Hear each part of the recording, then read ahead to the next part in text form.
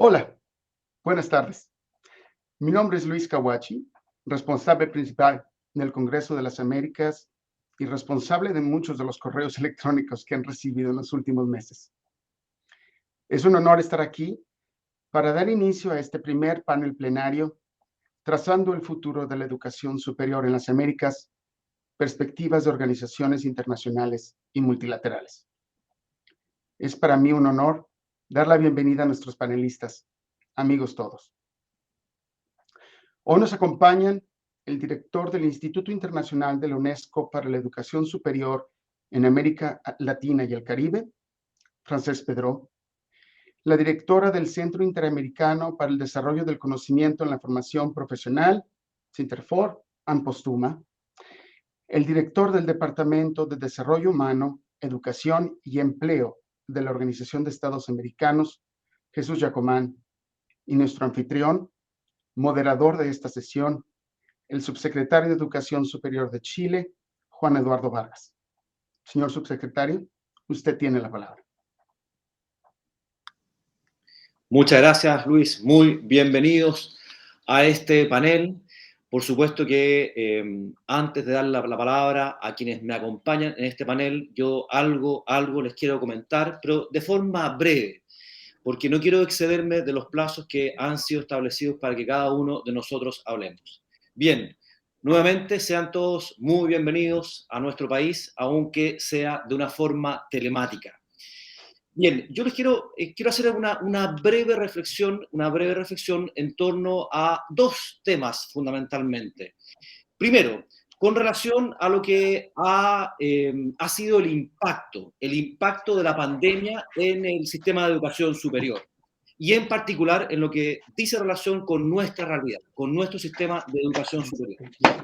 Si yo tuviese que hacer una breve síntesis de lo que ha sido el efecto en estos meses, ya casi 24 meses que llevamos, yo los dividiría en dos.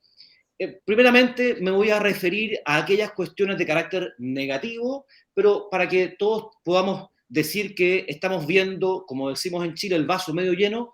Después me voy a referir a las cuestiones positivas. ¿Cuáles han sido los impactos negativos de la pandemia en la educación superior de nuestro país? En primer lugar, sin duda, ha tenido un efecto negativo en los aprendizajes.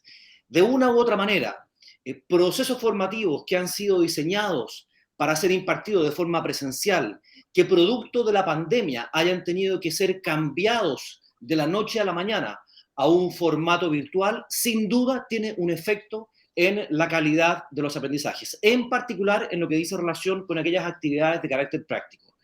Para muestra, simplemente un botón. Un estudiante que volvió a clases presenciales me dijo lo siguiente: me acordé de lo que era aprender en clases. Simplemente eso para que quede clarísimo.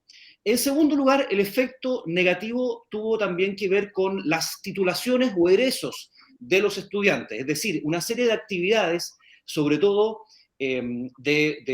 más bien terminales, en las instituciones de educación superior, en las carreras, no pudieron desarrollarse o desenvolverse de buena manera. Típicamente las prácticas, los internados, cuando hablamos también de carreras de la salud o incluso exámenes de grado. Y eso, por supuesto, tiene un impacto en las titulaciones y por extensión en la adecuada inserción en el mundo laboral de esos estudiantes.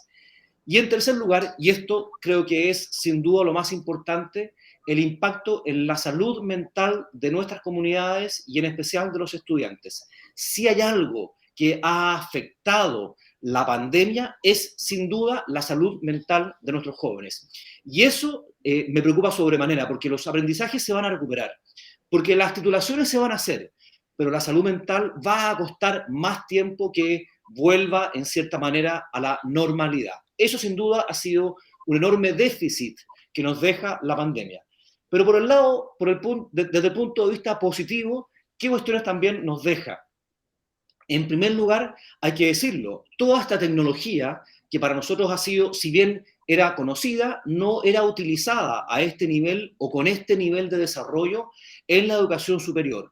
Sin duda, conceptos como internacionalización, que son un poco los que nos convocan el día de hoy, son, de todas maneras, van a tener que ser reinterpretados a la luz de estas tecnologías.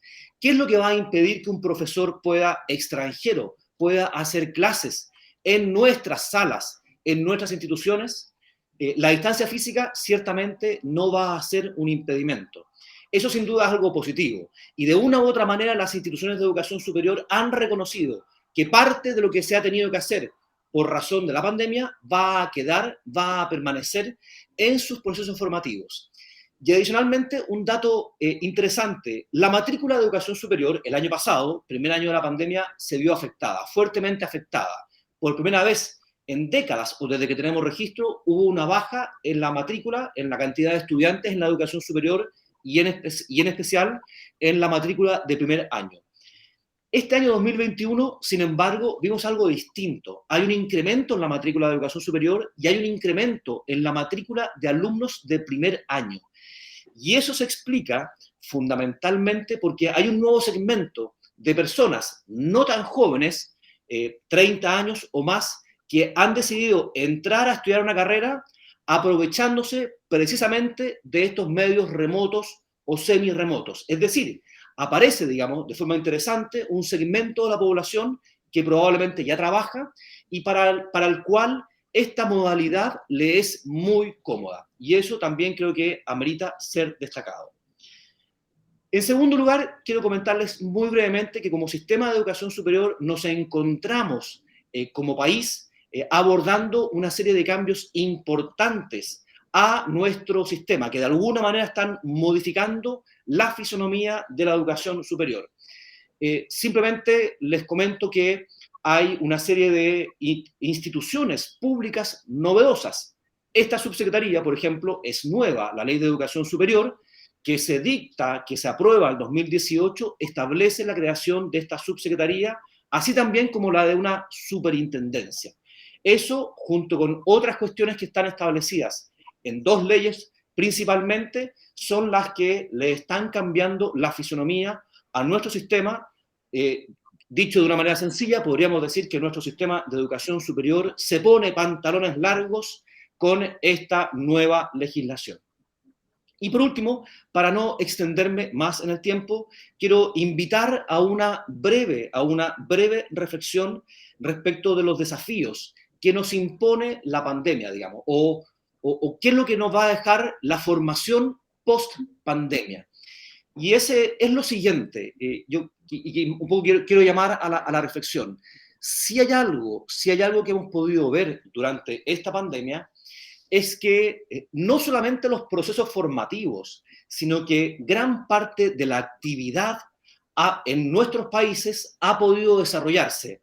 Quizás no del todo bien, quizás no completamente como queríamos, pero se ha podido desarrollar.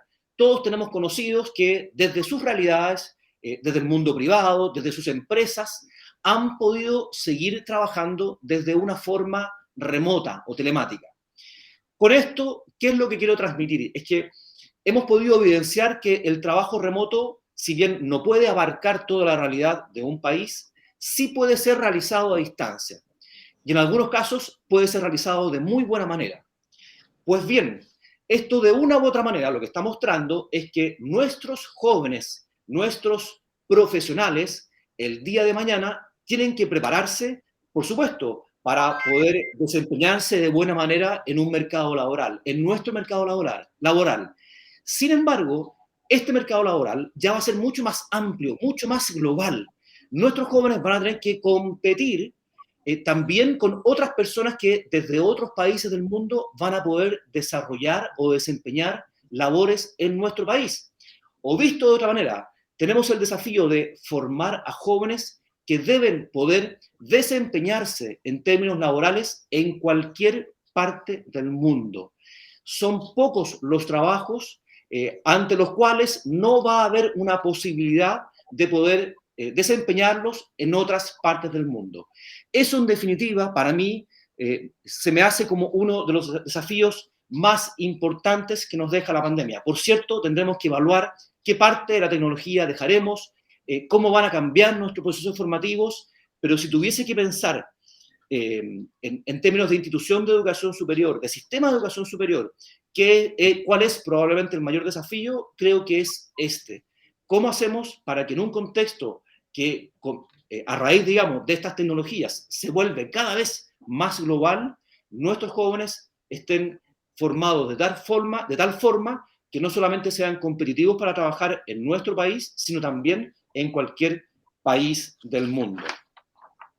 Bien, eso simplemente quería esbozarles como reflexiones y también como aprendizajes que hemos tenido durante esta pandemia.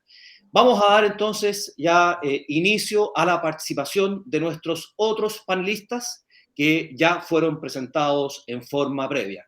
Entonces, sin más preámbulo, cada uno de ellos va a disponer de 10 minutos para hacer una presentación y quiero dar la palabra, en primer lugar, a Francesc Pedró. Francesc, por favor, adelante. Muchas gracias. Muchas gracias, viceministro. De verdad que es un placer estar aquí con todos ustedes y de poder compartir muy brevemente cuál es la perspectiva que UNESCO tiene acerca de los retos más importantes de la educación superior en nuestra región. El subsecretario se ha referido con todo detalle a los impactos de la pandemia sobre educación superior. Me ha gustado mucho digamos, esa doble perspectiva en la que se reconocen los aspectos negativos, pero también las oportunidades que se abren. Yo, situándome en una perspectiva de más largo alcance, quisiera compartir con ustedes cómo algunos de los elementos que podríamos llamar más prototípicos de la educación superior en nuestra región se han ido configurando, tomando como punto de partida exclusivamente media docena de cifras que espero que, digamos, dejen un cierto impacto. En primer lugar, me gustaría hablar del 7. El 7 es algo que hay que tener muy vinculado a lo que podríamos denominar la equidad de nuestros sistemas. En realidad, por término medio, las cifras de la UNESCO vienen a demostrar que las personas que se encuentran en el quintil 5, por término medio para el conjunto de los países de América Latina y el Caribe, tienen hasta 7 probabilidades más de acceder a la educación superior que aquellas que están situadas en el primer quintil. Esta diferencia es sencillamente abrumadora, inhumana. En algunos países, en particular en Centroamérica, esta diferencia entre el quintil 5 y el 1 puede llegar a superar, a duplicar esta cifra, a estar por encima de 14 veces más. ¿Hasta qué punto la pandemia nos dejará una herencia positiva en este sentido?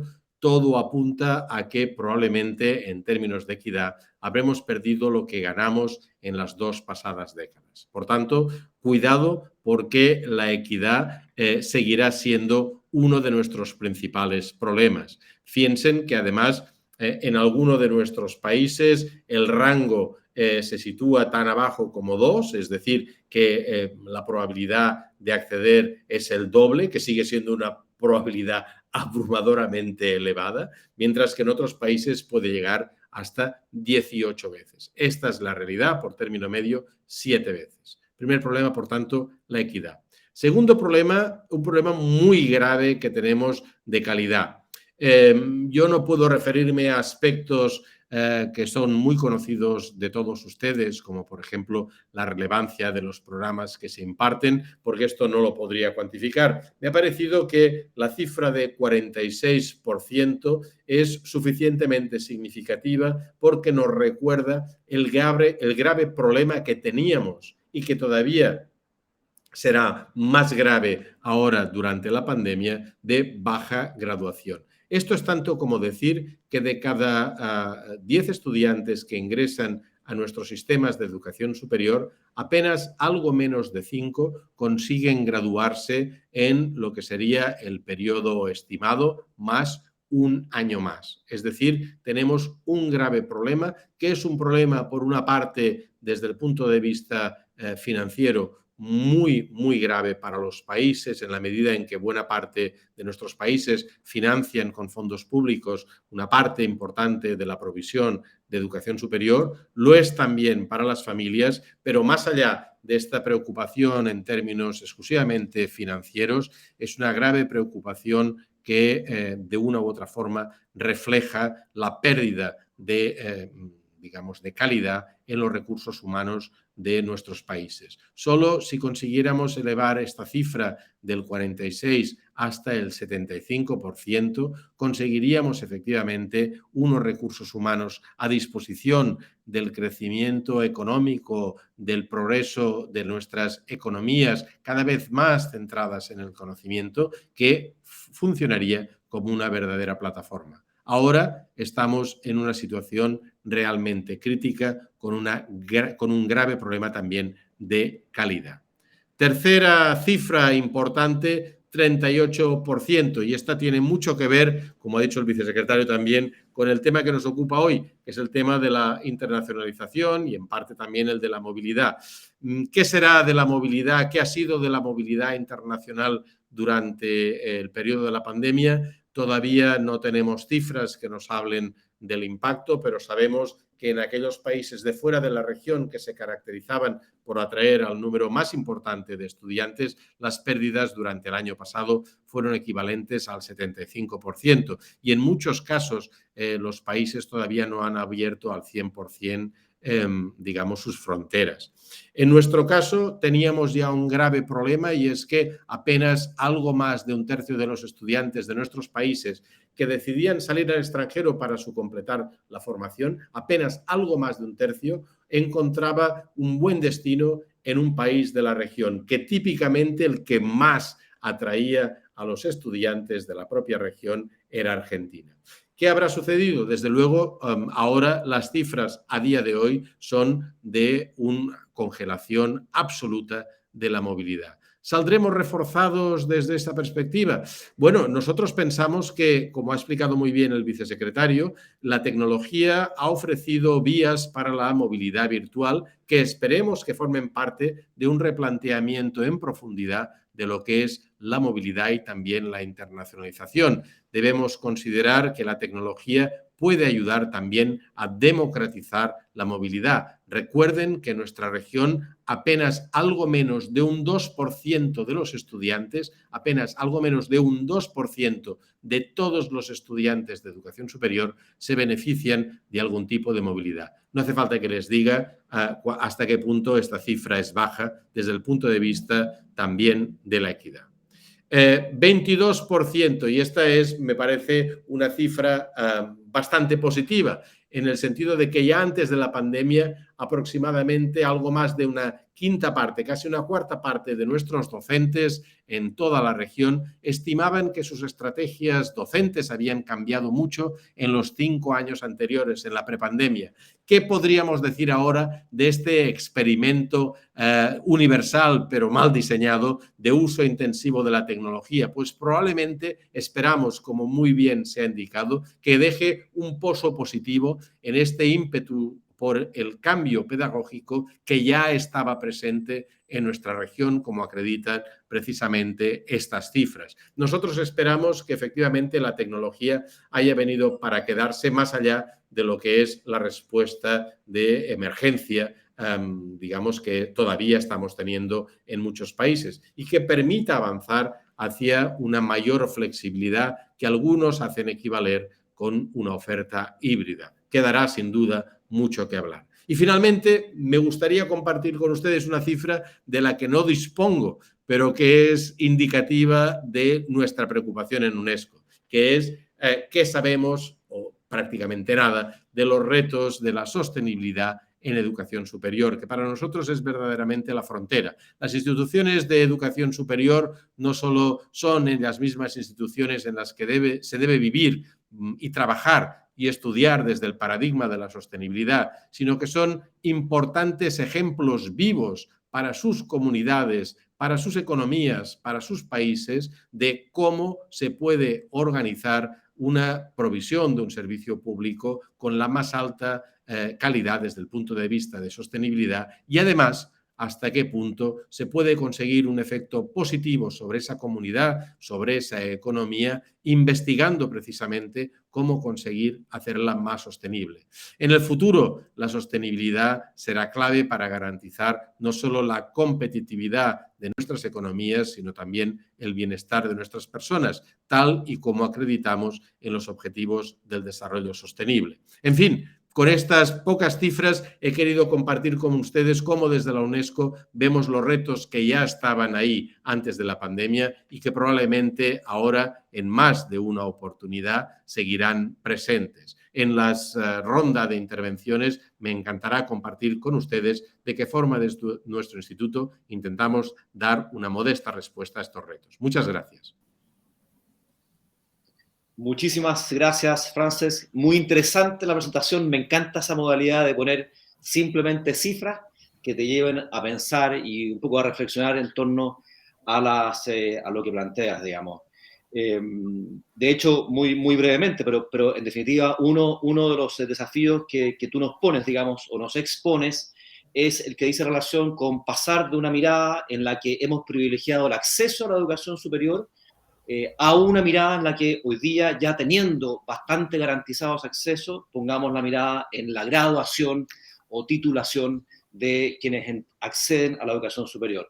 Lo tengo como una tarea, digamos, pendiente en nuestro país, por cierto. Muchísimas gracias. Bien, seguiremos conversando. Ahora quiero darle la palabra a Anne. Anne, por favor, el micrófono es tuyo. Adelante. Gracias. Bueno, muchísimas gracias. If you'll excuse me, I will be giving my presentation. I will speak in English, but the presentation is in Spanish.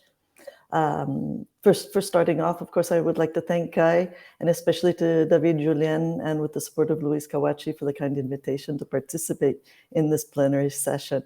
It really is an honor to share the plenary with the distinguished panelists, certainly with our opening by Juan Eduardo Vargas, and thanks for his warm welcome to Santiago, Chile, although it's virtually. Jesus Jacoman Zapata from the OIS, and Francis Pedro from UNESCO.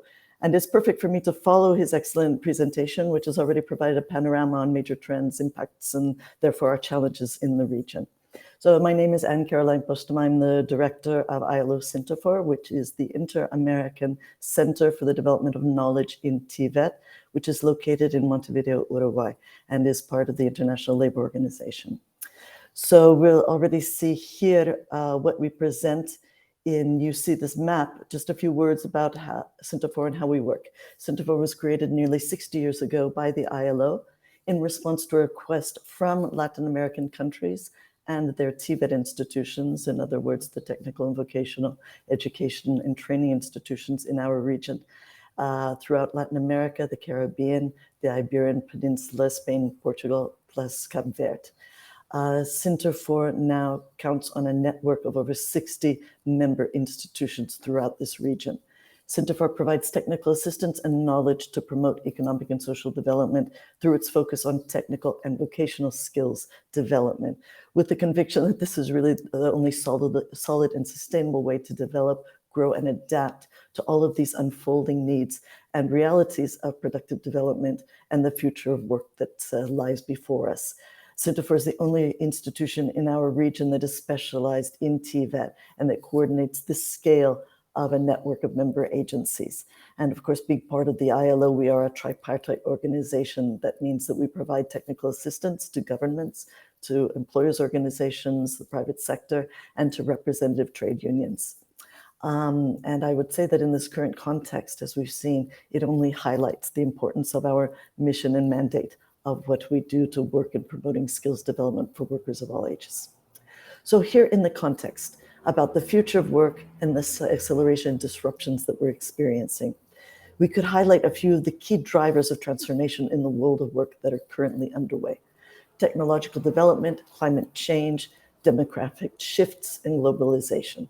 But more specifically, and what I want to share with you briefly today, more specifically, let's focus upon technological change and what we might call the future of not only of work, but of many types of work, rather than just a more general framework. These new technologies include, of course, areas of Industry 4.0, in artificial intelligence, and the more pervasive and cross-cutting transversal diffusion of digitalization. These and other disruptive technologies and innovations open new perspectives and challenges, but also new possibilities. The ILO, in its centenary declaration on the future of work from 2019, and now our most recent global call to action, which was announced earlier this year, have stated that we must place people in the center of labor policies and development policies. Therefore, the development of skills, training, and education is essential to prepare people for all of these rapid changes in the productive sphere of work. This also lays an emphasis on the need for this lifelong learning approach. This is an important new framework in which we need to work as well. On the next slide, please, there's the context, of course, that's been mentioned of what we're living in with the COVID impacts as an accelerator of trends and transformation, but also a disruptor. So in these contexts, of course, in terms of the labor market impacts, they've exposed pre-existing vulnerabilities and inequalities, and the particularly acute vulnerability of women, youth, and informal economy firms and workers. There's also the digital gap, which has emerged and was exposed as a new type of dividing line of inequalities that we need to be maintained, very present in our minds.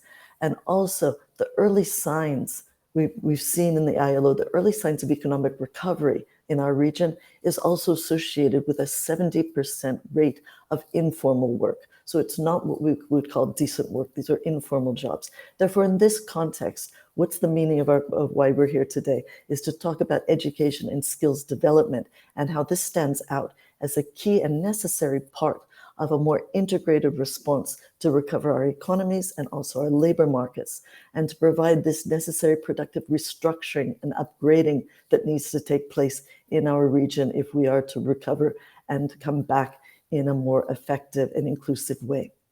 In the next slide, please, let's consider the consequences now for companies. So just briefly, there will be, and we know, a recovery of employment and new jobs that are being created, but there are important changes that we need to bear in mind. These have already been raised by Francis in his words. I'll also add to that. There will be a recovery of employment. Companies will be seeking and needing but new skills and competencies, including amongst these new skills and competencies, a growing demand for non-routine skills. This includes cognitive skills that are related to the use of the new technologies and tools, digital skills, and STEM skills. But then in addition, these social-emotional skills are what we call soft skills: teamwork, creativity, persistence, adaptability, the ability for problem solving, etc. So in addition, it will be important to pay special attention to the situation that is the demands for the type of labor force we have. Also amongst companies, to pay attention not only to the large ones, but to the micro, small, and medium-sized enterprises that are responsible for more than 90% of the jobs generated in our region. And they have very distinct needs, being micro, small, and medium enterprises. In the next slide, what are the consequences then for people?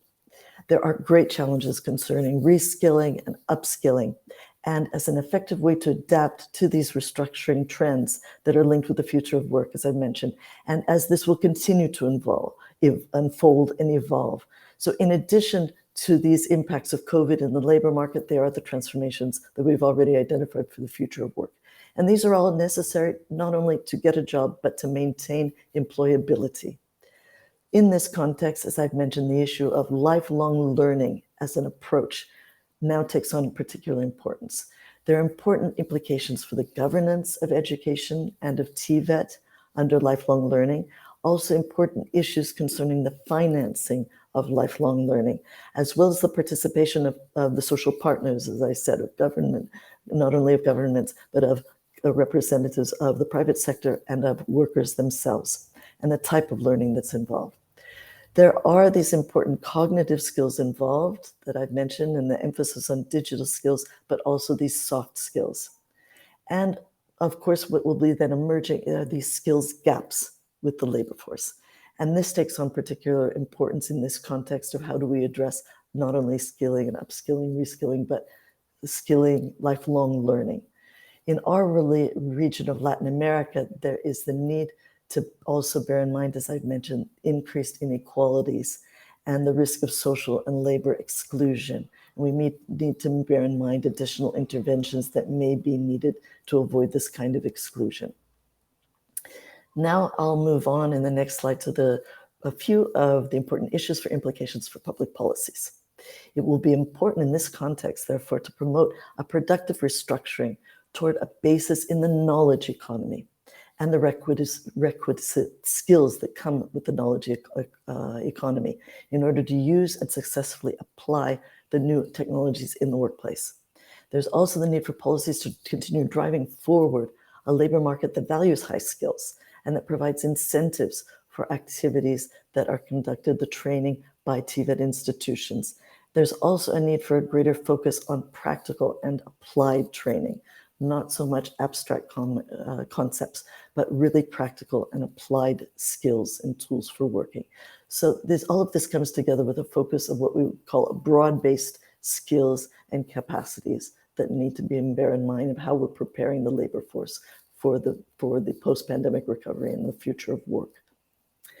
What these policy changes, therefore, should be aiming toward are the skills that will enable people to have a transitional capacity, the ability to adapt and move through the labor market during their productive years. And this needs the complementary opportunities for reskilling in order to have this ability for lifelong transitioning in the labor market.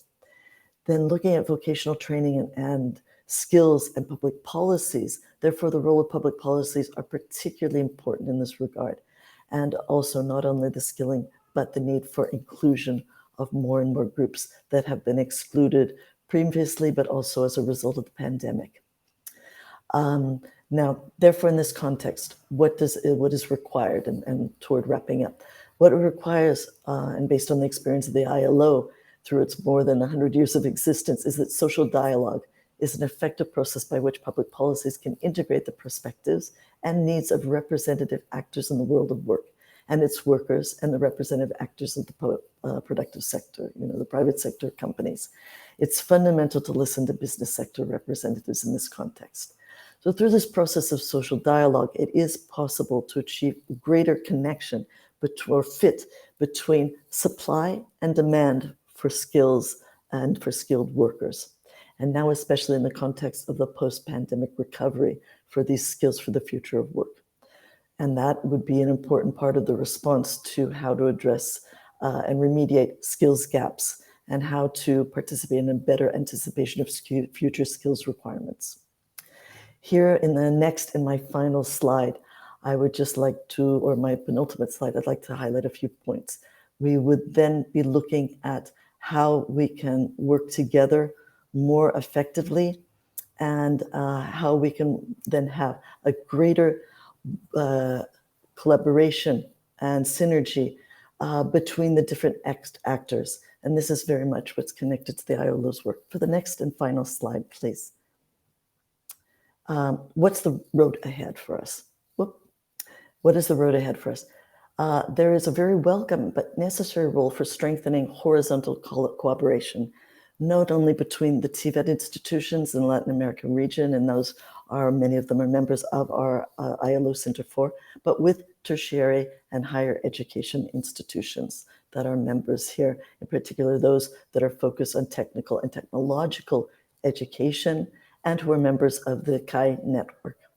Second, amongst the important lessons that we've learned during the pandemic is the importance of exploring and seizing opportunities for new forms and spaces or areas for horizontal cooperation.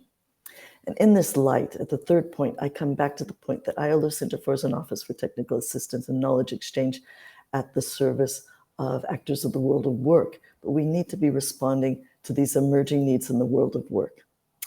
Fourth, there is the search for new institutional alliances that we have, and that's part of our response to this post-pandemic context. So we're developing a new range of activities, events, and projects through the formulation of new partnerships. So we very much welcome the opportunities which exist to forge stronger links with tertiary and higher education institutions, and hopefully those that are participating in this current session. as a final word, I just want to mention that ILO Center 4 is having our 45th meeting of its technical committee from the 16th to 18th of November in Madrid, but this is being organized as a hybrid meeting. So those who are not able to travel to Madrid, which clearly is a great limitation, it's open for participation to watch various sessions through an interactive online platform. So it will be a unique moment to show what innovative activities are being developed in the field of TVET in our region, and more information is available on our website of Center 4, but also you can reach out to me through the email that's cited here. So in conclusion, thank you very much for your attention, and to Kai for the invitation to participate in this plenary meeting. Muchísimas gracias, Anne. Muy interesante la presentación. Me deja con ganas de conversar y al menos de tomar algunos puntos. Mira, a mí me queda claro de tu presentación que hoy día es absolutamente imprescindible formar para el cambio. Es decir, los jóvenes que están en la educación superior tienen que prepararse para un mercado laboral que va a estar en permanente cambio. Y esa es una realidad que ya venía desde antes, pero que a raíz de la pandemia cobra quizás más fuerza. El lifelong learning, en ese sentido, el aprendizaje durante toda la vida, es también una realidad con la que vamos a tener que convivir en los próximos años. Así que, nada, me parece tremendamente interesante lo que nos has comentado. Bien, seguiremos conversando en la próxima ronda cuando ya abordemos algunas preguntas en particular. Y bueno, y ya como último panelista, quiero darle ahora la palabra a Jesús Yacomán. Por favor, Jesús. Muchas gracias, subsecretario Juan Eduardo Vargas, subsecretario de Educación Superior del Ministerio de Educación de Chile. Un saludo a Anne Postuma, directora del Centro Interamericano para el Desarrollo del Conocimiento en la Formación, y claro, a Francesc Pedró, director del Instituto Internacional para la Educación Superior en América Latina y el Caribe.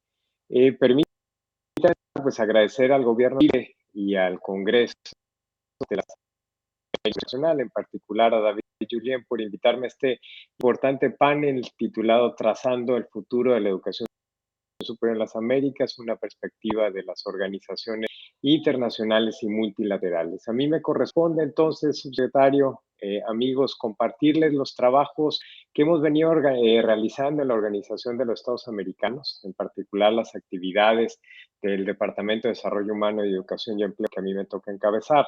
Como el nombre del departamento lo dice, tenemos la responsabilidad de administrar los programas de becas y capacitación de la OEA como parte de las actividades en el área de desarrollo humano, pero también fungimos como Secretaría Técnica de dos importantes procesos ministeriales, el primero relacionado con los ministerios de Educación y el segundo con los ministerios de Trabajo. Como se ha comentado, la pandemia del COVID-19 ha creado serios desafíos educativos, sociales, económicos, laborales en la región, lo que subraya la necesidad de contar con un diálogo intersectorial sólido, profundizar las acciones de cooperación regional y contribuir a la creación de consensos para abordar las diversas y complejas realidades que enfrenta el continente con una perspectiva multidimensional.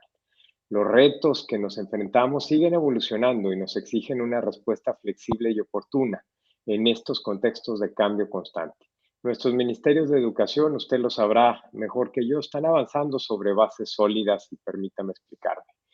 En la pasada 8ª reunión interamericana de ministros de educación celebrada en Panamá en febrero de 2015, se adoptó una resolución que encomendó a la Comisión Interamericana de Educación. Esta comisión es una instancia colegiada integrada por los representantes de los ministros y ministras de educación en los Estados miembros de la OEA. Les encargó la construcción de la Agenda Educativa Interamericana. La Agenda Educativa Interamericana es un instrumento hemisférico para el diálogo de políticas que fue adoptado 2 años después, en 2017, durante la 9ª reunión interamericana de ministros de educación en Bahamas. Ya para julio de 2019, los ministros de educación adoptaron el Plan de Acción de Antigua y Barbuda que promueve la implementación de la Agenda Educativa Interamericana. Este plan de acción se basa en los principios de colaboración, intersectorialidad e interculturalidad y refuerza el vínculo de la Agenda Educativa Interamericana con los objetivos y metas establecidos en la Agenda 2030, especialmente en el Objetivo de Desarrollo Sostenible número 4. De hecho, uno de los compromisos específicos del Plan de Acción de Antigua y Barbuda es participar en una colaboración intersectorial que enfatice, entre otras cosas, el vínculo entre educación y trabajo para producir economías más competitivas y un trabajo decente para mejorar los canales de comunicación, fortalecer la colaboración con los ministerios de trabajo y articular mejor los esfuerzos para responder a los desafíos actuales y emergentes de la educación y el trabajo. Durante 2019, los ministerios de Educación y de Trabajo sostuvieron una conversación muy productiva e hicieron un llamado a la acción de los dos sectores como parte de los resultados sobre el taller de habilidades para el futuro que tuvo lugar virtualmente aquí en Chile. En esa ocasión sí fue presencial en mayo de 2019. Ahí se identificaron algunas lecciones aprendidas y recomendaciones de políticas, así como acciones concretas para fortalecer la coordinación entre los ministerios de Trabajo y de Educación y las instituciones de formación profesional, como bien lo acaba de comentar. Para desarrollar las habilidades del futuro, había que abordar la brecha de habilidades y alinear la oferta educativa y de capacitación con las necesidades actuales y futuras del mundo. En general, las tendencias de la cuarta revolución tienen una gran presión sobre los mercados laborales y temas educativos. Estas presiones solo han aumentado durante la pandemia a medida de que nuestros gobiernos se esfuerzan por responder a los enormes desafíos sociales, económicos, de salud, educación y laborales que la pandemia nos ha traído. Como se discutió en el taller intersectorial en Chile, ambos sectores, educación y trabajo, acordaron trabajar para construir un ecosistema de educación y capacitación para el desarrollo de habilidades. Y en la 21ª reunión de ministros de Trabajo, celebrada apenas el mes pasado, los ministros de Trabajo y de Educación acordaron sostener una amplia discusión sobre el tema de habilidades del futuro, tema que seguramente se abordará el próximo año cuando se celebre la 11ª reunión interamericana de ministros de Educación. Las habilidades para el futuro abarcan habilidades digitales y técnicas en áreas como la ciencia, la ingeniería y las matemáticas, STEM por sus siglas en inglés. Sabemos que estos son campos donde se espera que haya un mayor crecimiento y mayor creación de empleo, pero vamos más allá. Hemos aprendido que los conjuntos de habilidades socioemocionales también son clave. Como comentaron mis colegas, el pensamiento crítico, la resolución de problemas, la creatividad, las habilidades de liderazgo y comunidad de crecimiento son tener éxito en la vida y en el trabajo. En este diálogo intersectorial que se lleva en el marco de la OEA, los ministros han reconocido la necesidad de trabajar hacia mejores vínculos entre los sistemas educativos y los sistemas de educación profesional para permitir que las personas hagan una transición fácil a través de ellos. También han indicado que los sistemas de certificación de habilidades deben fortalecerse, particularmente para aquellos que han logrado su aprendizaje a través de la práctica fuera de un aula. Cabe mencionar que si bien la educación técnica y tecnológica responde directamente a las demandas del sector productivo, aún está subvalorada si se compara con la educación universitaria. Tenemos que asignar más valor a la educación y la formación técnica y profesional. En la OEA también reconocemos que no se puede subestimar la importancia de la formación de los docentes. El cambio tecnológico acelerado requiere el desarrollo de nuevas capacidades y de una formación continua. Nuestro diálogo intersectorial hasta ahora también ha identificado marcos de cualificaciones como una herramienta concreta para conectar el mundo de la educación y el mundo del trabajo. Es por eso que la OEA se ha asociado con la OIT Interfor y la UNESCO para trabajar hacia un marco regional de cualificación. Esta colaboración entre nuestras organizaciones fue aprobada por los ministros de Educación en el marco del Plan de Trabajo de la Comisión Interamericana de Educación 2019-2022. Esperemos que el resultado sirva de referencia a nivel regional para los países que están iniciando o aplicando marcos de cualificación. También en el marco de las actividades del Plan de Trabajo de la Comisión Interamericana de Educación que les acabo de mencionar, los ministerios de Educación acordaron construir una propuesta hemisférica de acción para la continuidad en la educación, FASE, bajo los efectos de la pandemia del coronavirus, que permitiera adecuar y enfatizar las acciones en temas educativos según las necesidades emergentes en este contexto de cambio provocado por la pandemia. En ese ámbito, los ministerios de educación trabajan en el marco de la OEA en la generación de políticas públicas y fortalecen sus capacidades en temas centrales como la accesibilidad digital para las personas con discapacidad ahora en el periodo de la pandemia, el retorno a la educación presencial y el intercambio de experiencias sobre inclusión y equidad en la educación. Como lo ha dicho nuestro secretario general, la OEA debe ayudar a transformar a nuestras sociedades con un mayor compromiso con la educación. En este sentido, los programas de desarrollo humano de nuestra organización, con el apoyo de muchas de las universidades que hoy nos acompañan, contribuyen a asegurar que la educación a distancia en línea sea una oportunidad para nuestros jóvenes durante la pandemia. Hemos logrado otorgar más de 4,000 becas a jóvenes de las Américas el año pasado. Seguimos trabajando en fortalecer la profesión docente, por mencionar un ejemplo, en los Estados miembros del CARICOM, a través de apoyos financieros, talleres virtuales y presenciales, hemos logrado beneficiar a más de 24,000 docentes. Estas actividades han tenido como objetivo cerrar la brecha digital que se ha vuelto cada vez más evidente a lo largo de la pandemia. También, a través del Fondo ROW, una herramienta mediante la cual la OEA apoya a los estudiantes de las Américas que estudian aquí en los Estados Unidos con financiamiento sin intereses para que concluyan sus estudios. El año pasado logramos incorporar una beca como complemento a este financiamiento para apoyar a los jóvenes que en este periodo tan complicado les ha tocado vivir provocado por la pandemia. También quiero destacar el rol que han tenido las organizaciones de la sociedad civil para la continuidad educativa en la región. En particular, nos consta que han facilitado la provisión de recursos tecnológicos, la ampliación y la conectividad, el desarrollo de contenidos digitales en apoyo a los docentes, lo que ha contribuido a que las escuelas continúen llegando a los estudiantes. Permítanme ahora regresar al tema de la colaboración intersectorial.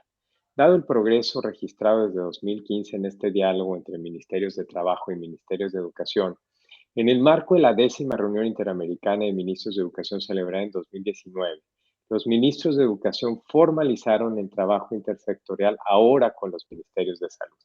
Desde entonces se han realizado diálogos políticos entre funcionarios de los ministerios de salud y ministerios de educación de los Estados miembros de la OEA, organizados conjuntamente con la Organización Panamericana de la Salud. En noviembre del año pasado iniciamos una serie de diálogos intersectoriales sobre promoción de entornos escolares, alimentación saludable y actividad física. La primera actividad tuvo el propósito de compartir experiencias sobre la promoción, monitoreo y evaluación de entornos escolares propicios para la alimentación saludable y la actividad física. Los representantes de los ministerios de salud y de educación intercambiaron experiencias, programas y se dieron recomendaciones de políticas públicas, lo que representó el punto de partida para ampliar las actividades que se pueden configurar en el diseño de futuras políticas intersectoriales sobre la mejora de los entornos escolares. El segundo diálogo intersectorial tuvo lugar en junio de este año y abordó el tema de la promoción de habilidades para la vida saludable a través de la educación física y nutricional en las escuelas. En este encuentro se compartió una iniciativa sobre cómo promover una vida saludable a través de la actividad física, la educación nutricional en las escuelas y un mundo posterior a la pandemia buscando contribuir a la mejora de las políticas que se aplican en la materia. Ciertamente, para cerrar en este primer espacio, subsecretario, nuestro hemisferio ha estado enfrentando importantes desafíos, mismos que se han incrementado en el contexto de la pandemia. Los Estados miembros de la OEA han expresado que la pandemia del COVID-19 incluso ha puesto fin a programas y actividades, ya que algunos de los fondos se han desviado para atender la emergencia ocasionada por el COVID-19.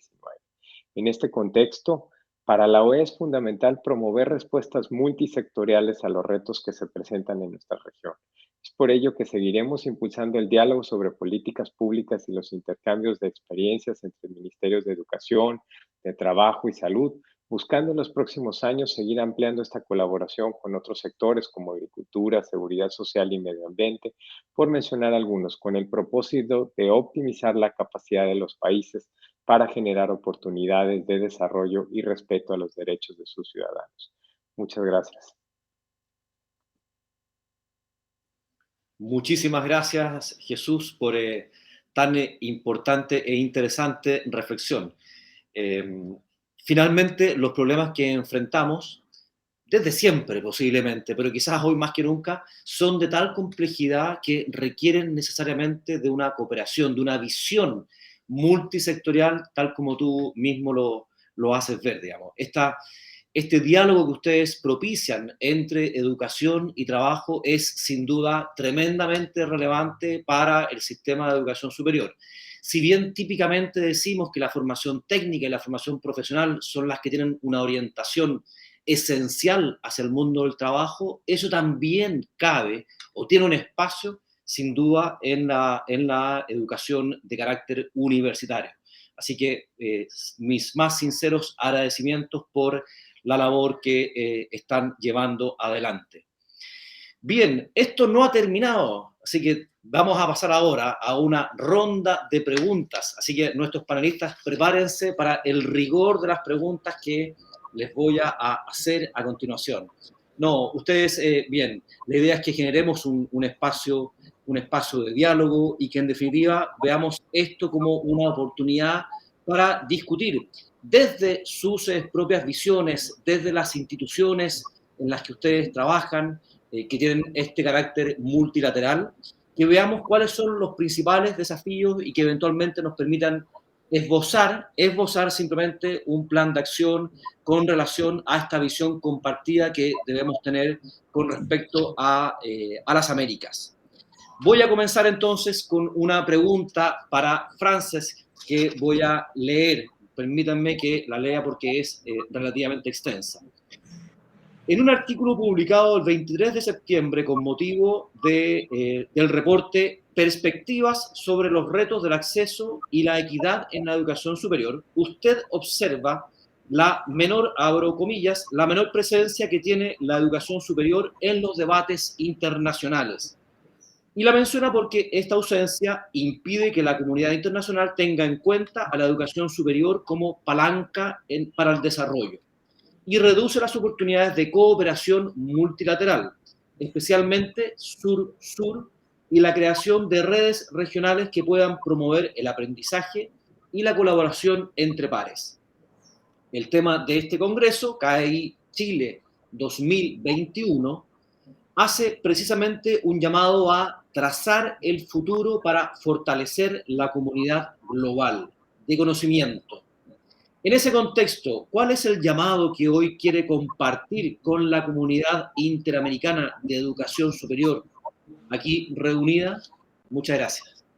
Sí, muchas gracias. Realmente es un tema capital y me da la sensación de que deberíamos recordar de que cuando hablamos de educación superior, más aún en nuestra región, estamos hablando también del lugar no solo en el que se forman las generaciones futuras de profesionales y académicos, sino también el lugar por excelencia en el que se producen nuevos conocimientos. Esto no es necesariamente así en el hemisferio norte ni en otras regiones, pero en la nuestra, para bien o para mal, las universidades siguen siendo también el lugar en el que se genera la investigación. Y a mí me da la sensación de que con frecuencia cuando digamos, nos lamentamos de la baja cooperación en materia de movilidad académica y en particular de estudiantes entre los países de la región, olvidamos que esa movilidad, que para algunas instituciones puede ser vista como un mecanismo de acrecentar su prestigio o incluso para otras de mejorar sus finanzas, y para el individuo, desde luego, es una experiencia profundamente transformadora, olvidamos con frecuencia que esa movilidad académica e igualmente movilidad de estudiantes solo tiene sentido si más allá del intercambio de personas hay intercambios también en términos de conocimientos y, por tanto, si existen programas de investigación compartidos en los cuales, lógicamente, la movilidad cobra sentido. Es decir, hay que abrir un poco la perspectiva para darnos cuenta de que solo conseguiremos avanzar con la movilidad académica y con la movilidad de los estudiantes a escala regional si, por encima de todo, conseguimos que esa movilidad cobre sentido porque alimenta redes de intercambio de conocimientos. Y ahí me gustaría compartir con ustedes otra cifra, aunque esta vez necesariamente sin ninguna transparencia detrás, ¿no? Nosotros hicimos un estudio para medir el impacto que la pandemia estaba teniendo en la función de investigación de las universidades en la región. Y, curiosamente, nos dimos cuenta de que apenas un 30% de las universidades activas en materia de investigación en nuestra región tenían contactos con otras universidades de otros países. De esos contactos, de ese 30%, apenas un 10% lo tenía con universidades de la propia región. Es decir, estamos hablando de solo un 30% de lo que denominamos universidades tiene funciones de investigación y de este 30%, solo un 10% tiene contacto con otras universidades de la región. Visto así, realmente el panorama es desolador. Y por eso yo quisiera apelar a que las discusiones acerca de la movilidad y de los intercambios académicos se hicieran en un contexto más amplio en el que lo que fluye de verdad es el conocimiento. Sobre todo ahora que sabemos, como nunca antes habíamos experimentado, que la tecnología permite que precisamente las conversaciones, la ciencia, los datos fluyan sin necesidad de que tengamos que añadir aún una mayor huella de dióxido de carbono. Muchas gracias. Excelente. Muchísimas gracias, Frances, por ese llamado a la colaboración más regional, digamos. Me parece importante. Y más cómo se facilita hoy día en el contexto tecnológico en el que nos encontramos inmersos. Bien, voy a pasar ahora a Anne. Voy a leer la pregunta en español. Lo podría hacer en inglés, pero me dijeron que tú entiendes español perfecto. Así que y para nuestro público, creo que le va a ser más fácil si la leo en castellano. Bien, tuvimos el gusto de contar con tu presencia durante el primer webinario de la serie KEI Chile 2021, titulado El futuro del trabajo. Durante esa sesión, usted hablaba de la importancia de resolver un reto crucial: recuperación o transformación. Tenemos la oportunidad de aprovechar las fuerzas de la transformación tecnológica para invertir en el desarrollo de habilidades que nos permitan cambiar nuestra base económica hacia sectores con mayor valor agregado. ¿Dónde, cómo podemos incentivar colaboraciones internacionales aquí entre las instituciones presentes y participantes para aprovechar este momento y apuntar hacia la transformación? Gracias, Ana. Bueno, muchas gracias. Si me permiten, entonces pueden contestarles en español. Pero muchas gracias por esta pregunta, que efectivamente la transformación tecnológica es tanto una oportunidad para invertir en el desarrollo de habilidades como un driver, un acelerador de la necesidad de upskilling y reskilling de importantes segmentos de nuestra fuerza laboral. La transformación digital, tanto de empresas como de las instituciones de formación y educación y de economías en su conjunto, es actualmente un asunto de mayor relevancia en la agenda internacional de desarrollo. Desde OIT en general y Centrofor en particular, estamos prestando mucha atención y esfuerzo en estudiar la digitalización de formación profesional y los condicionantes para diferentes poblaciones, así para empresas, y del desarrollo de competencias digitales, para que efectivamente esta transformación digital redunde en beneficios para todos y todas. En cuanto a las instituciones de educación superior y las instituciones de formación profesional que forman parte de la comunidad de OIT Centrofor, nos gustaría destacar, ¿no? Y yo decir que en particular las importantes oportunidades de colaboración internacional que se presentan y que existen en todo lo referido a compartir experiencias respecto a las modalidades de acercamiento con los tejidos empresariales nacionales y locales para captar sus reales necesidades de capacidades y habilidades, para posibilitar una transformación digital genuina, así como la cooperación horizontal en un acercamiento de las instituciones de educación superior a la formación profesional y continua, desde una óptica de aprendizaje a lo largo de la vida, como yo he mencionado, está expuesto en la Declaración del Centenario del OIT sobre el futuro del trabajo.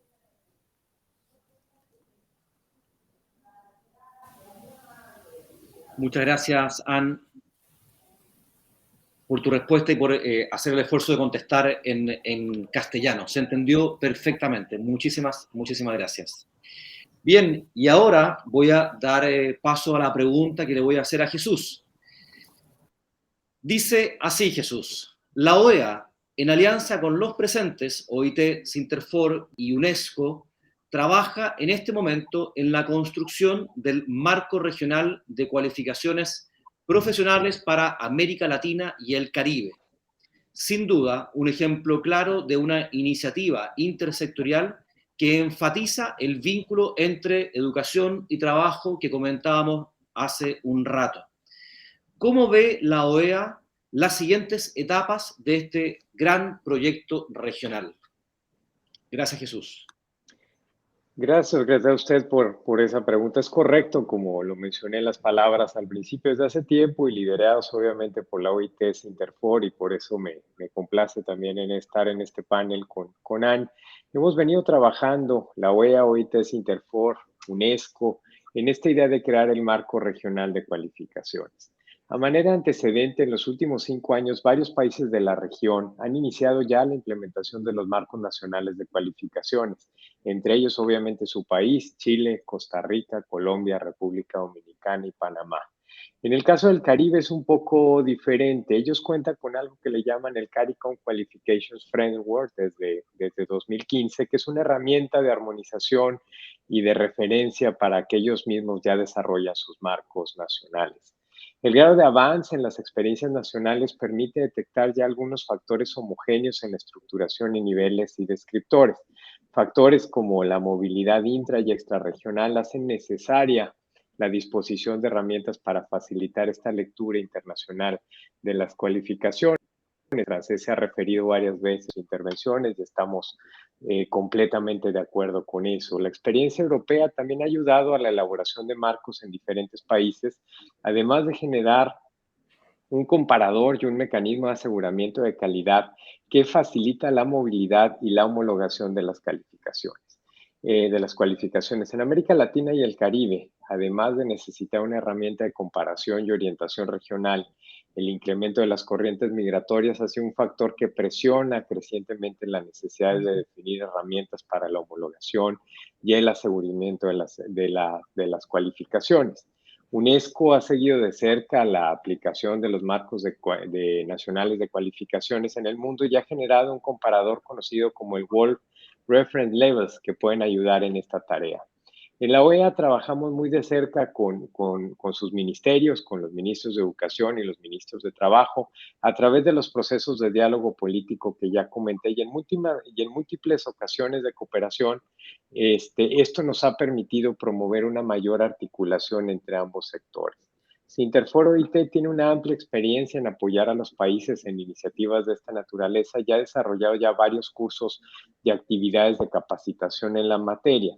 Por ello, en este año nos unimos para trabajar en el marco regional. El objetivo es elaborar una matriz de descriptores y niveles de marco de cualificaciones y principios para su usabilidad y comparabilidad que sirva como referencia a nivel regional para los países que inicien o deseen actualizar sus marcos nacionales de cualificaciones.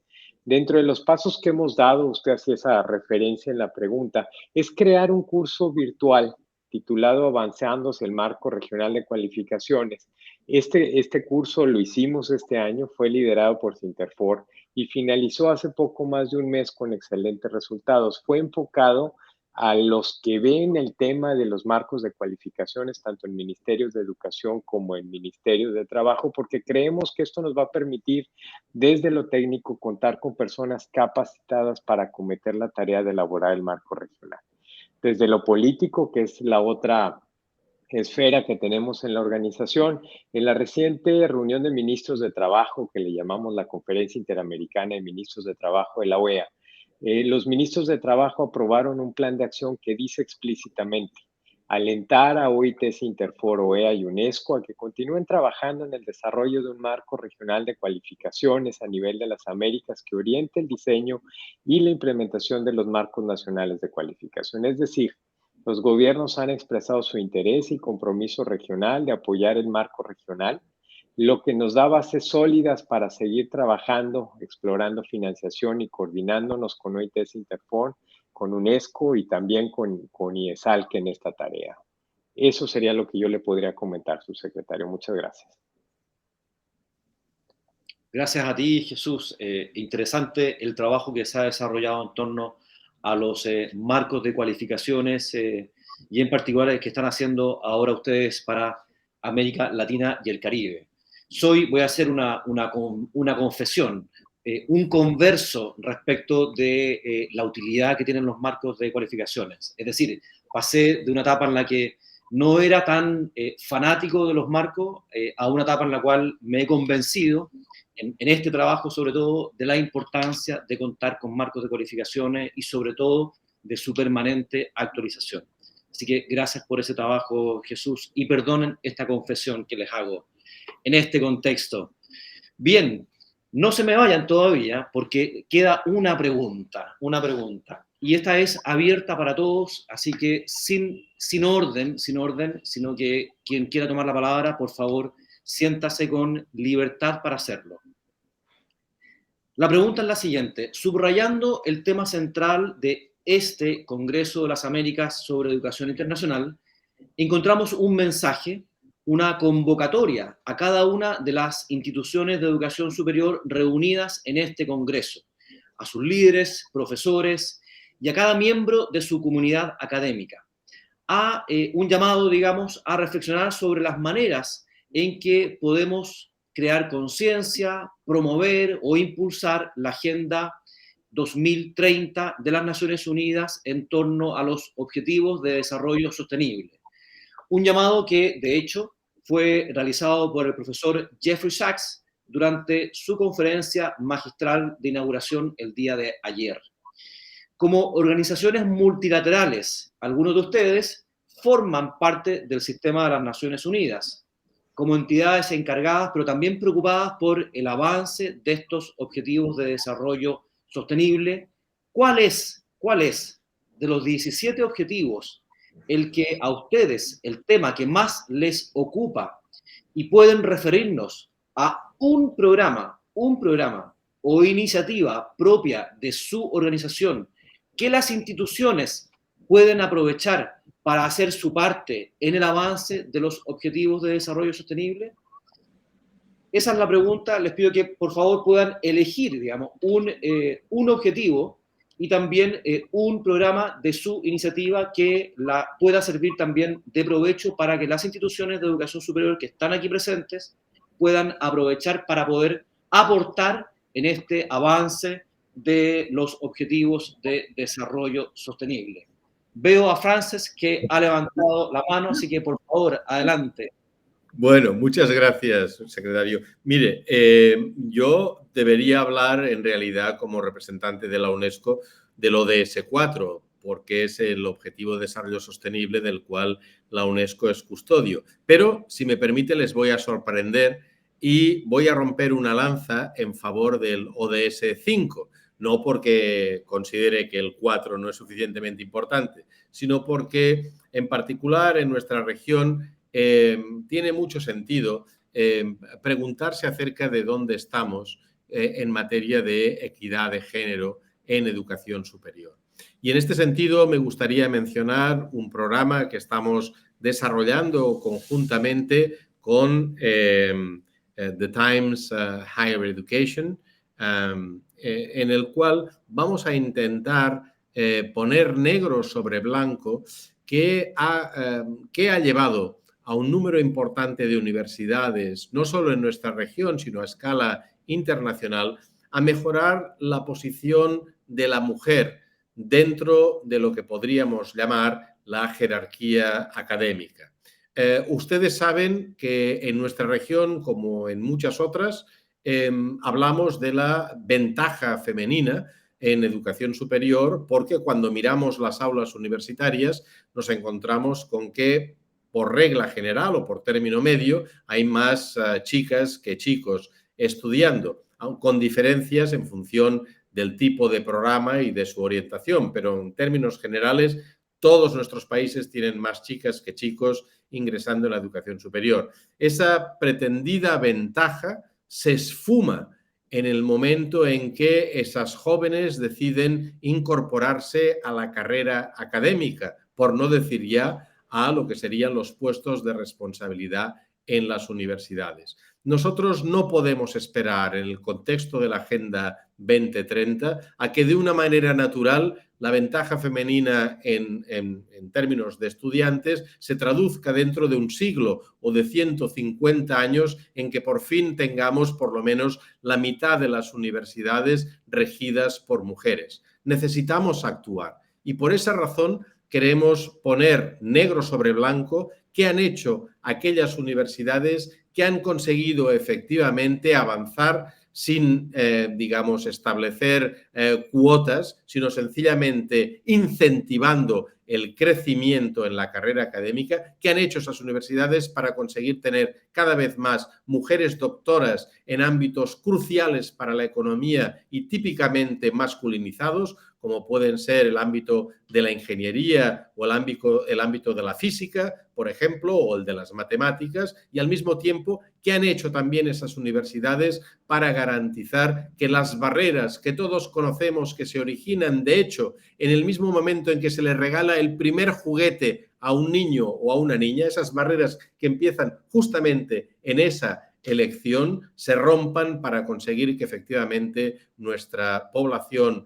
docente, nuestras autoridades académicas, digamos, cumplan con las expectativas marcadas por el ODS 5. Por tanto, invito a todas las instituciones a que se unan con nosotros en esta reflexión que culminará en el Día Internacional de la Mujer, en el que esperamos compartir con multitud de instituciones de la región precisamente los logros realizados. Insisto, sin detrimento de la importancia del ODS 4, pero centrándonos exclusivamente en lo que para nosotros, para la UNESCO, es hoy una de las primeras prioridades, que es la paridad de género. Muchas gracias. Muchas gracias, Frances.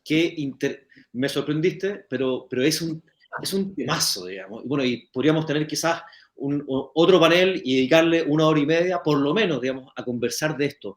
Fíjate, permítanme una muy, muy breve digresión, pero yo siempre digo que la equidad de género es una cuestión de justicia, sin duda, primordialmente de justicia, pero también, y esto cuando hablo con las personas para tratar de convencerlos de que adopten medidas concretas, es una cuestión que permite enriquece la discusión en una sala de clases, enriquece la vida universitaria, enriquece el gobierno de una institución de educación superior, en fin, tiene beneficios de todo, en todo orden de cosas, y por lo tanto también animo a las personas a que tomen medidas concretas, porque en definitiva eso, insisto, más allá de una cuestión de justicia, es también tremendamente enriquecedor para todos, digamos, para todas las instituciones que estén inmersas en este trabajo.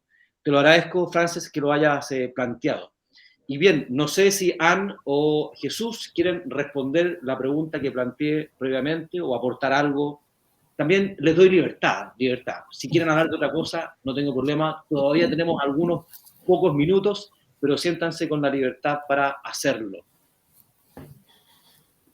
Bueno, gracias, Jesús. Si me permiten, me gustaría, bueno, no sería tanto sorpresa como el caso de Frances, pero me gustaría hacer especial énfasis en la meta 8.2, lograr niveles más elevados de productividad económica mediante la diversificación, la modernización tecnológica y la innovación, entre otras cosas, centrándose en los sectores con gran valor añadido y el uso intensivo de la mano de obra.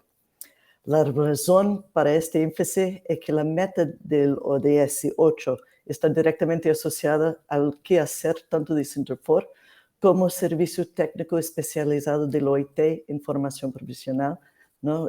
Que es nuestro rol, como de las instituciones de educación superior que aquí están presentes. ¿Y por qué? Porque tanto la educación superior técnica y tecnológica como la formación profesional de calidad en el contexto de aprendizaje a lo largo de la vida de la población trabajadora son condiciones sine qua non para una modernización tecnológica de amplia base a través de los distintos sectores de actividad económica de un país. Y no puede haber una transformación digital ni transformación y modernización productiva e industrial en general sin una fuerte apuesta y, las inversiones por un desarrollo de las habilidades y competencias de la fuerza de trabajo, superando así las brechas de habilidades que tan frecuentemente encontramos en nuestras sociedades de América Latina y el Caribe. Y así OIT Center4 es un ámbito que creemos que podría ser aprovechado por las instituciones de educación superior técnicas y tecnológicas para acercarse al mundo del trabajo y de la formación profesional y así hacer sus respectivas partes de una manera nueva y diferente, ayudando a dar a la expresión lifelong learning a un nuevo sentido en nuestra región. Excelente, Anne. Muchas gracias por tu respuesta. Jesús, te doy la palabra. Gracias, subsecretario. Sí, nada más comentando un poco, como usted dijo, o sea, el tema que han puesto sobre la mesa, el tema de equidad de género, el tema de violencia de género, el tema de la mujer, ha sido un tema que ha sido central y ha estado presente en esta pandemia. A manera nada más de comentario, lanzamos nosotros ahora el primer curso virtual para ministerios de trabajo centrado en la violencia de género en el trabajo. Creemos que es importante pues atender ese tema, sobre todo ahorita en el mundo de la pandemia. Gracias a Pedro por sacarlo.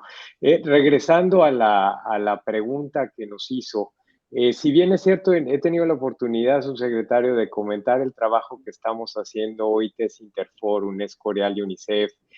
Hay otro proyecto en el plan de trabajo de la Comisión Interamericana que tiene que ver con IESALC directamente, que es apoyar la movilidad académica entre Estados miembros a escala regional e internacional y que tenemos pendiente darle cumplimiento. Será una de las tareas de corto plazo. Pero también quisiera traer a la atención de todos de que tenemos un programa hemisférico de movilidad académica virtual conjunta entre la UEA y la Organización Universitaria Interamericana, UWI. Cuando hicimos el plan de trabajo que nos aprobaron los ministerios de trabajo, este era un piloto, y lo último que platiqué yo con David es que hoy en día ya es una realidad. Entonces yo espero que el próximo año logremos materializar este proyecto 11 que está dentro de los compromisos que tenemos con los ministerios de educación, y espero obviamente la activa participación de UWI y de todas las universidades que nos ven.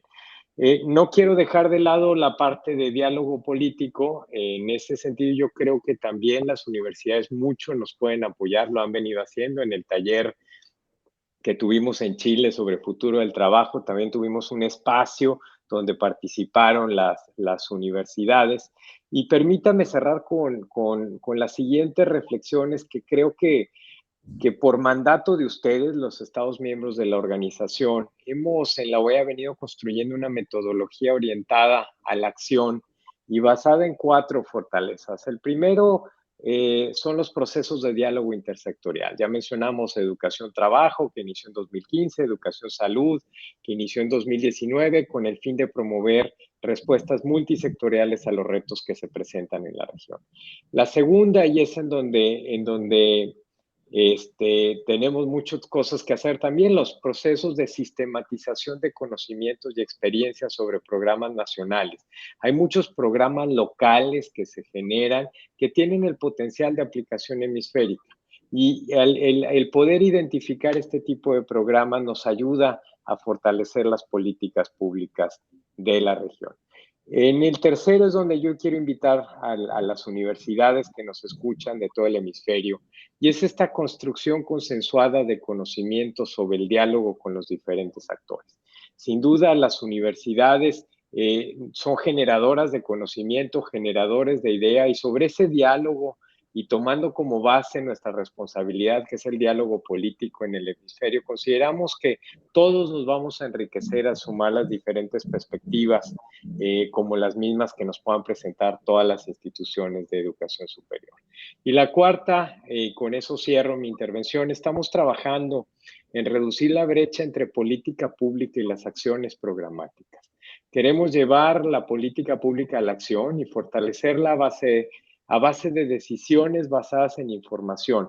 Debemos impulsar la evaluación y el seguimiento de nuestras actividades para así lo que nos recomienden, en este caso desde las instituciones de educación superior, se convierta en política pública y la sigamos mejorando en base al conocimiento que tengamos sobre la aplicación de las mismas. Muchas gracias, subsecretario, y lo felicito por la excelente moderación que tuvo en este panel. Muchas gracias, Jesús, por tu respuesta y por esas felicitaciones. Pero no he terminado la moderación porque tengo que hacer un cierre. Entonces, solamente podrás felicitarme en propiedad una vez que termine adecuadamente. Cuestión que voy a hacer ahora, y voy a intentar hacerlo tratando de... porque hemos tocado temas diversos, temas muy interesantes, pero yo me imaginaba que mientras trataba de preparar estas palabras, porque no conocía sus presentaciones, es que podríamos asociarlas al ciclo de vida, por así decirlo, de una persona de un joven que accede a la educación superior. En términos de que, en primer lugar, hablamos de los desafíos del acceso a la educación superior, y de eso Frances nos dio buena cuenta de que el desafío es el acceso, por cierto, cuestión en la que hemos avanzado mucho, pero ahora viene el desafío de la graduación o titulación. No nos contentemos con que los jóvenes accedan a una institución de educación superior, quedemos contentos cuando salgan de esa institución y puedan insertarse adecuadamente en el mundo laboral. Pero también hablamos de los desafíos de la formación, es decir, pensar en que debemos seguir formando a nuestros jóvenes, técnicos, profesionales, de la misma manera en la que lo veníamos haciendo hace 10, 15 o 20 años, no es realista. Hoy por hoy tenemos, y después de la pandemia, más todavía, un mundo, un entorno laboral sumamente cambiante. Y eso exige que formemos, eduquemos de una manera distinta a nuestros jóvenes. Pensar que ahora la educación es algo, entre comillas, estático, te formé, te preparé para una determinada tarea, que nunca más va a cambiar, es algo iluso. Y por lo tanto hay también el concepto de aprendizaje para toda la vida o durante toda la vida, el lifelong learning es algo tremendamente relevante. Desde ese punto de vista, el poder vincularnos, algo que conversábamos también con Jesús, con el mundo del trabajo en forma adecuada, que el diálogo se pueda dar para que nuestros jóvenes no solamente puedan formarse, sino que puedan encontrar buenos trabajos o desarrollar sus propios trabajos en el caso de que se conviertan en emprendedores, es algo tremendamente relevante y en lo cual también hemos gastado algo de tiempo durante esta conversación, durante este panel. En todo caso, me quedo también con algo importante, que yo creo que el diálogo, el llamado al diálogo, a la colaboración, a la cooperación, que debe darse necesariamente a todo nivel. Alguno de ustedes comentaba que, no sé si era Ann, que esa colaboración debe darse entre las instituciones, entre cierto tipo de instituciones, las de formación profesional típicamente, pero también con instituciones de carácter universitario. Y eso yo lo extrapolo al diálogo y a la colaboración que debe darse también entre nuestros propios países, en nuestra sociedad, por supuesto. Nuestra sociedad, la chilena, hoy día está llamada a un diálogo, si cabe, aún más profundo, por las circunstancias propias que estamos viviendo, pero eso también es necesario llevarlo a un ámbito en el cual se dé ese diálogo y esa colaboración a todo nivel, también en nuestro espacio regional. La tecnología hoy día nos provee una oportunidad única para que ese diálogo se pueda hacer de una manera más expedita, más sencilla, más fácil. Por supuesto que me encantaría verlos físicamente, no es lo mismo, debo reconocer, pero esto sin duda nos aproxima mucho a ese diálogo necesario. Y por último, creo también que el mejor trabajo que hagamos en educación superior, si bien puede apuntar en forma aparente a o principalmente a un objetivo de desarrollo sostenible, va a tener un impacto en los 17 objetivos. Estoy seguro que de una u otra manera impacta en esos 17 objetivos de desarrollo sostenible. Así que el llamado, y con el cual también cierro este panel, es a que todos aquellos que trabajamos o que tenemos vinculación con la educación superior y las instituciones, probablemente con mayor propiedad, a que tengan en consideración que el rol de la educación superior se relaciona directamente con el objetivo de desarrollar o de mejorar la calidad de la educación, pero que tiene un impacto sin duda a todo nivel en estos 17 objetivos de desarrollo sostenible. Bien, creo que hemos cumplido con creces. La evaluación mía, por favor, no me la digan públicamente porque entiendo que eso puede ser muy discutible, pero quiero sinceramente agradecer su tiempo, su dedicación y lo que finalmente nos han transmitido el día de hoy. Creo que va a ser tremendamente valioso de cara a lo que tenemos que empezar a construir para lo que se viene en una formación, en una educación, en un contexto post-pandémico. Muchísimas gracias a todos por su presencia el día de hoy. Que tengan muy buena jornada. Muchas gracias. Muchas gracias. Gracias a usted. Y muchas gracias a usted, señor subsecretario, nuestros panelistas. Yo me quedo con el privilegio. Agradezco a todos los panelistas su presencia el día de hoy. La información, la conversación ha sido enriquecedor, definitivamente. Y me reúno solamente para compartir con ustedes un aviso de Congreso. Es verdad que estamos reunidos aquí en CAI Chile 2021 para aprender más sobre este bello país, sobre su oferta académica y científica para el mundo, pero también para darnos la oportunidad de aprender más sobre Chile y aprender sobre su vino. Así que les invitamos a una sesión, viaje por los viñedos de Chile, que estamos organizando con el apoyo de los especialistas del Centro del Vino de la Universidad de Talca y de enólogos chilenos. Se trata de una degustación virtual programada para mañana, jueves 21 de octubre a las 7 de la noche, hora de Chile, claro.